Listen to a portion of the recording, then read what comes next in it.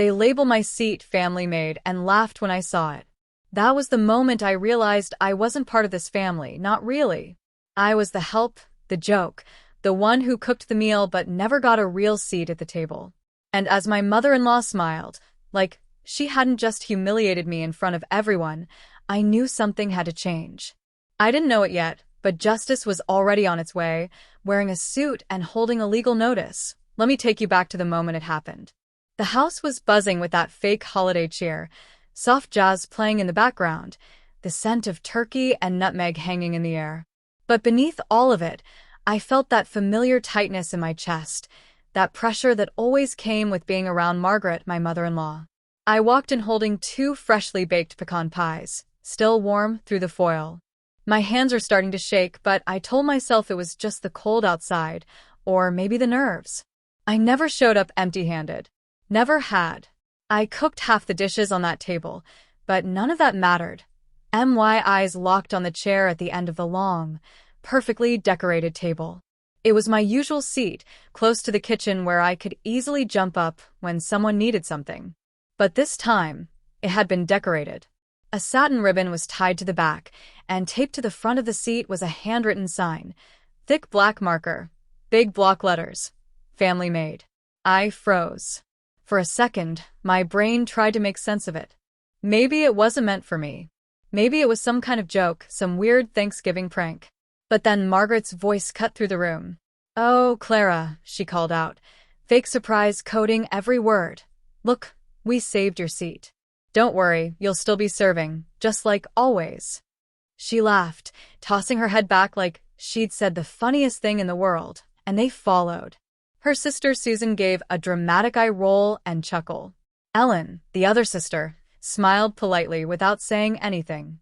Even Ethan, my husband, looked up from his phone and smirked before quickly looking away. I just stood there, pies trembling in my hands. My face burned, not from anger, at least not at first. It was shame, embarrassment, that deep, quiet humiliation that creeps up your spine and leaves you speechless. I forced a smile, or maybe it was a twitch, I don't even know. My whole body felt locked in place. My heart was pounding so loudly I could barely hear anything else. Inside, I was screaming. Why would they do this? Why would he let them? I looked at Ethan again. He wouldn't meet my eyes. He was pretending to scroll through his phone, pretending he didn't see, pretending he wasn't letting his mother humiliate me again. I swallowed the lump in my throat and slowly walked toward the table. My legs felt weak. The warmth from the pies in my arms had started to sting, but I welcomed it. It reminded me I was still standing. I set them down carefully on the sideboard and turned back toward the table. That's when I felt it. A buzz in my pocket. 3 short vibrations. A text. I slipped my phone out slowly, heart still hammering. My eyes flicked to the screen. It was from Caleb, my son, 24, my anchor. He'd promised me he'd stop by later that afternoon, but this message only said 3 words. "We're coming in." My breath caught. I didn't know what he meant, but in that moment, I knew something was about to change. Earlier that day, I had told myself I could handle it. Just one more Thanksgiving. I'd said that every year, like a mantra, a survival tactic. I woke up at 5:30 that morning, like I always did on holidays, slipped out of bed quietly so I wouldn't wake Ethan. Not that he would have noticed if I stayed or left. He'd already mentally checked out days ago, probably buried in work emails or fantasy football stats. The kitchen was cold. I wrapped my robe tighter and started prepping the stuffing, my grandmother's recipe, the one I taught myself to make from memory after she passed. The smell of sautéed onions and sage filled the air. It should have been comforting, but I couldn't shake the tightness in my chest, that low, anxious thrum that always came around Margaret. I kept glancing at the clock. I had 2 hours to get the pies done, get Caleb's favorite cranberry compote chilled, and make sure Ethan had ironed his shirt, because of course he wouldn't think to do it himself. As I worked, I could feel my shoulders tightening. My jaw ached from clenching. I told myself this time would be different. Maybe Margaret would be decent. Maybe Susan wouldn't make one of her passive-aggressive jokes. Maybe someone, anyone, would acknowledge the hours I poured into this meal. But I knew better. Ethan finally wandered into the kitchen around 9, yawning, shirtless, scratching the back of his head like a sitcom husband.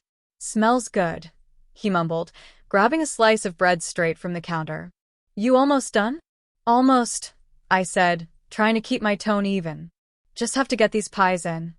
He kissed my cheek, absent-minded, distracted, then disappeared down the hall.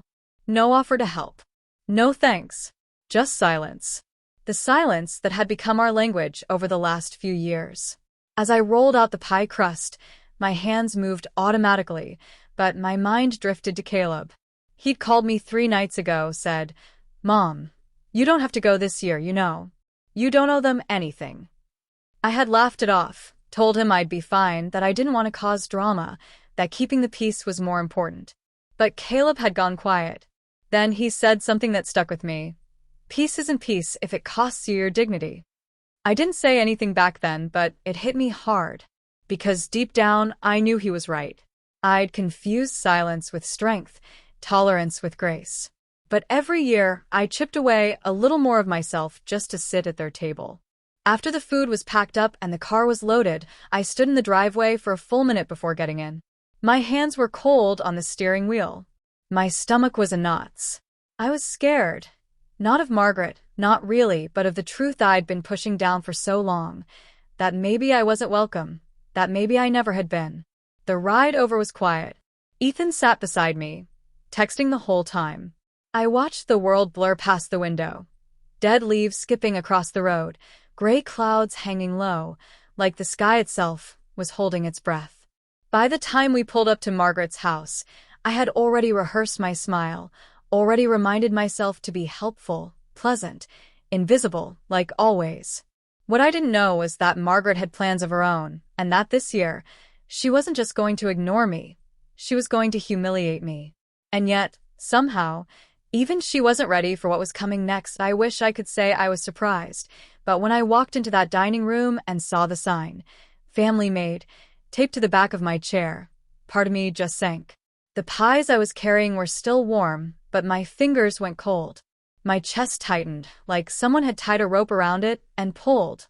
I stood there, rooted to the floor, hoping, begging, that it wasn't meant for me. But Margaret made sure there was no confusion. She spotted me, eyes gleaming like she'd been waiting for this moment, her red lipstick stretched into a grin. "Oh, Clara," she called out, "we saved your usual seat." Then she added, with a wink, loud enough for everyone to hear, "Don't worry, you'll still be serving, just like always." The room erupted into laughter, but it wasn't the kind that makes you feel included. It was sharp, pointed, like knives disguised as smiles. Susan snorted, covering her mouth with a napkin. Ellen gave one of those polite little chuckles and immediately looked away, like she couldn't quite bring herself to meet my eyes. And Ethan, he glanced at the chair, at the sign, at me, and then turned back to his phone. He didn't say a word. I stood there with both pies still in my hands, my face burning, trying to smile through it, but I couldn't. I physically couldn't. My throat felt raw. My jaw was clenched so tightly it was starting to ache. I could feel my eyes stinging, that awful sensation when you know tears are close but you can't. You won't let them fall. Not in front of them. Not again. I told myself to move, just walk to the kitchen, set the pies down, act like it didn't bother me, but my legs were like cement. My mind was screaming, why? Why do they do this to me every year? But I already knew the answer. Because I let them. Because I showed up early and stayed late. Because I cooked and cleaned and smiled while they dismissed me like background noise. Because I never stood up for myself, not really. And because Ethan never did either. They didn't respect me because no one had ever made them. And now, they had reduced me to a label, a joke, a punchline taped to a chair. "Come on, it's just a bit of fun," Margaret said, her voice sugary and fake. "You know how much we appreciate you." My gaze flicked to her, and for the first time, I didn't look away. I studied her, really studied her. The perfectly ironed blouse, the pearls, the smug tilt of her chin. And I realized something. She didn't see me as family. She never had. I was convenient, useful, manageable, but not equal. I turned slowly and carried the pies to the kitchen, my arms stiff. I didn't hear much of what was said behind me, just a few lingering chuckles, a chair scraping, glasses clinking. My heart was pounding so loudly I could barely hear anything else anyway. I set the pies down, leaned against the counter, and stared out the kitchen window. The backyard was still and gray, bare branches trembled in the wind, and for a second, I felt completely hollow. Then my phone buzzed again. I pulled it from my pocket, half expecting a spam message, maybe Caleb saying he was running late. But it wasn't that. Be there in 10. My hands trembled as I read it. My breath caught in my throat. He was coming, and he wasn't coming alone. For the first time all day, I felt something crack through the fog of shame and anger that had wrapped itself around me. Hope. I stared at that text like it was a lifeline. Be there in 10. 10 minutes. That's all I had to hold it together. I slipped my phone back into my pocket, straightened my spine, and took a long, steady breath. I still felt like my skin was on fire and my chest was caving in, but beneath all that, something inside me had started to shift. A quiet voice, not loud, not angry, just stunned that I walked back into the dining room. Everyone was already seated. The family Maid sign was still hanging on the back of my chair, like a proud little trophy. I reached for it slowly, calmly. Let me take that down, Margaret said sweetly, halfway rising from her seat, pretending to be helpful now that the joke had landed. No need, I said. My voice was steady, stronger than I felt. I folded the sign in half and placed it gently on the sideboard. She watched me, her smile faltering just slightly, like she wasn't sure what game I was playing anymore. I sat in the chair, the one they'd labeled for me, not because I accepted it, but because it was mine. Because I was reclaiming it. I could feel their eyes flick toward me, sensing the shift but not understanding it. I smiled softly, said nothing. Ethan was still scrolling on his phone, oblivious, or pretending to be. He finally looked up when I reached for my water glass. You okay? He asked quietly, almost cautiously. I met his eyes. I'm fine. He gave a small nod, clearly relieved I wasn't about to make a scene. He never did well with discomfort or confrontation or me having a voice. But I wasn't here to make a scene. I was here to finish what I'd started. You see, a few nights before Thanksgiving, I had finally told Caleb everything. We were on the phone catching up and something in me just broke. I told him about the years of snide comments, the backhanded compliments, the invisible labor that never got noticed but was always expected. I told him about last year, how Margaret had told me there wasn't enough room at the table and had me eat at the counter while everyone else toasted pumpkin pie. There was a long pause, and then Caleb said, You know this isn't normal, right?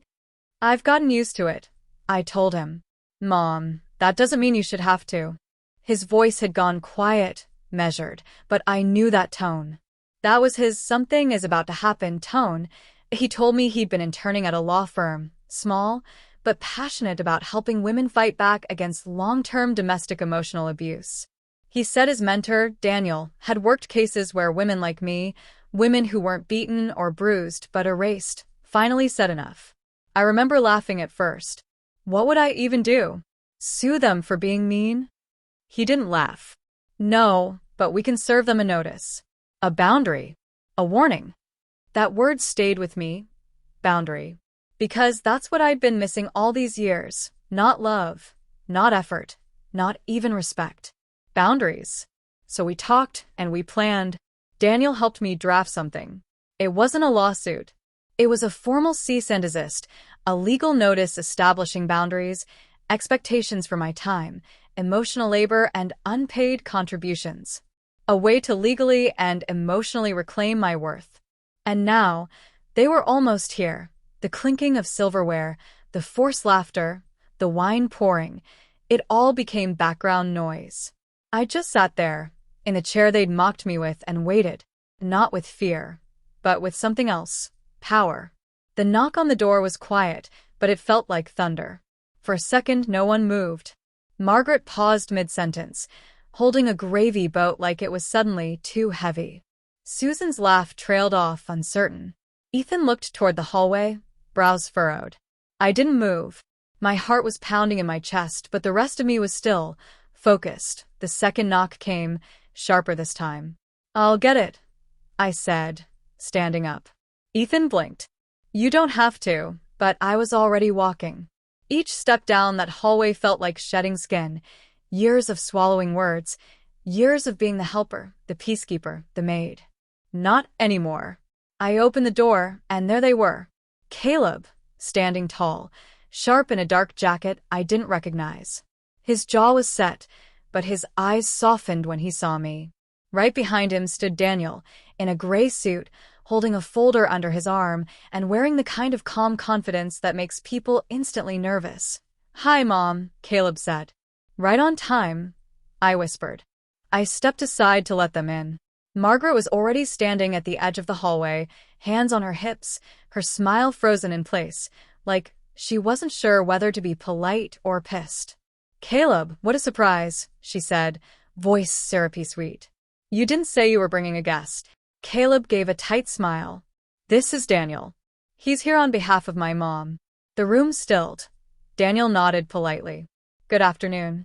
We're here to deliver a formal notice regarding the misuse of personal labor, emotional distress, and the ongoing expectation of unpaid service." Margaret blinked. "Excuse me?" Ethan stood up now. "What the hell is this?" I stepped forward. "It's not a lawsuit," I said calmly, meeting Margaret's eyes. "It's a formal boundary. A cease and desist outlining my role in this family, what I will and will not continue to do." Susan scoffed. "You're kidding, right?" "No," Daniel said smoothly, opening the folder and handing Margaret the document. "This outlines her labor over the past decade. Cooking, cleaning, organizing holidays, managing logistics, all unpaid, all unacknowledged. It also states that she is no longer participating in family gatherings unless treated with basic dignity." Ellen finally spoke, quietly. "Clara, why didn't you say anything?" I turned to her. "I did. Just not with lawyers before." Ethan looked at me like I'd grown horns. "You brought legal action into Thanksgiving?" "No," I said softly. "You did, the moment you sat there and watched them humiliate me again." Margaret's face had gone pale. Her voice was shaking now. "It was a joke." "No," I said. "It was a pattern." For the first time in years, the room was silent, not fake, polite silence. Real silence. Uneasy, heavy. I looked at the chair, the one with the sign still folded neatly on the sideboard, and I felt something lift off me, like I'd finally set something down I'd been carrying for far too long. Caleb walked over and stood beside me, hands in his pockets. He didn't say anything else. He didn't need to. Margaret held the papers like they were on fire. "You're tearing this family apart." I shook my head. "No. I'm saving myself from it." And with that, I turned, walked past the table, and headed for the front door. Daniel followed, calm and professional. Caleb looked at me, waiting. "You ready?" he asked. I nodded once. I've been ready for years. The drive home was silent, but it was the kind of silence that feels peaceful, not heavy. Caleb kept glancing over at me, like he was trying to read my expression, trying to see if I was okay. I didn't say much. I was still processing. But I remember looking out the window and seeing the trees blur past, bare branches dancing in the wind, and thinking, I'm never going back there again. Not like that. When we got to my house, he walked me to the door like I was fragile, like he thought I might fall apart the moment I was alone. I didn't. Instead, I poured myself a cup of tea, took off my shoes, and sat down at the kitchen table, my own table. And I let myself feel everything, not just the humiliation, not just the anger, but the relief. The weight that had finally been lifted after years of holding my breath.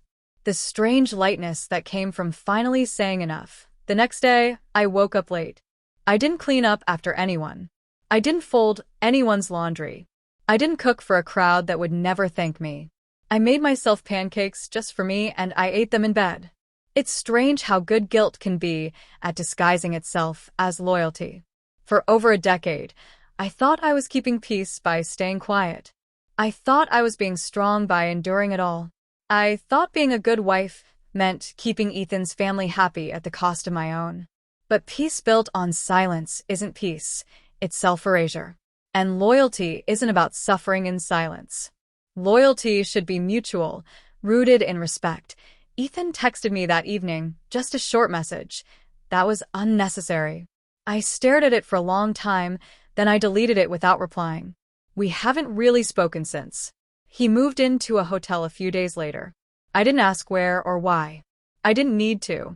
I think, deep down, I knew this had been coming, that we'd been quietly unraveling for years, that the moment I stopped playing the role he'd grown comfortable with, everything would shift. And honestly, let it. Because I'm not playing roles anymore. Caleb has been checking in on me every few days. He even brought over dinner the following weekend. He made lasagna, burned the edges, but it was perfect. He said, "It's your turn to be taken care of." I couldn't even answer. I just hugged him and tried not to cry. I've also started volunteering at a local women's center, not because I have all the answers, but because I understand. I understand how easy it is to lose yourself, to become small, quiet, agreeable, until you don't even recognize the woman in the mirror. But now I do.